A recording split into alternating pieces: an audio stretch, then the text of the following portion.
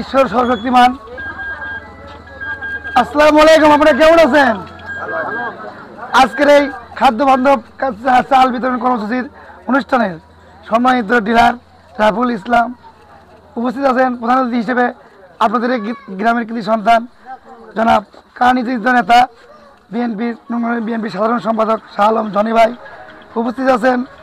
যুগ্ম আহ্বায়ক ইঞ্জিনিয়ার মানিক, যুবদলের যুগ্ম আহ্বায়ক ইঞ্জিনিয়ার মানিক উপস্থিত আছেন। যুবদলের যুগ্ম আহ্বায়ক সালাম সহ যুবদলের বিভিন্ন অঙ্গ সংগঠনের নেতৃবৃন্দ সবার প্রতি আমার সালাম এবং আদাব।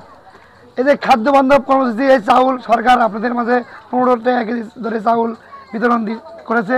আপনারা এই চাউল সুশৃঙ্খলভাবে আপনারা বন্টন করবেন এবং ডিলারদের কোনো অনিয়ম থাকলে আমাদেরকে জানাবেন, আমরা সাথে সাথে তার প্রতিহত করব। এবং আপনারা এই চাউল পুষ্টিহীন চাউল, এই চাউল আপনারা নিজে খাবেন, কিন্তু কাউকে বিক্রি করবেন না। বিক্রি করলে আপনাদেরই ক্ষতি। চাউলটা আপনারা খাবেন, সরকার কিন্তু খাওয়ার জন্য আপনাদেরকে দিয়েছে।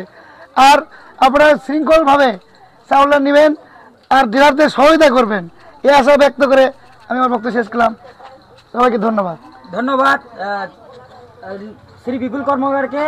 এরপর যে আপনাদের মাঝে কথা বলবেন রাজপথের লড়াইকু সৈনিক, বারবার কারা নির্যাতিত নেতা, জিয়া পরিবারের রাষ্ট্রভাজন, ননগোলা ইউনিয়ন বিএনপির সংগ্রামী সাধারণ সম্পাদক শাহ আলম জনি ভাই। আমি তাকে তার কথা বলার জন্য সবিনয় নিবেদন করছি।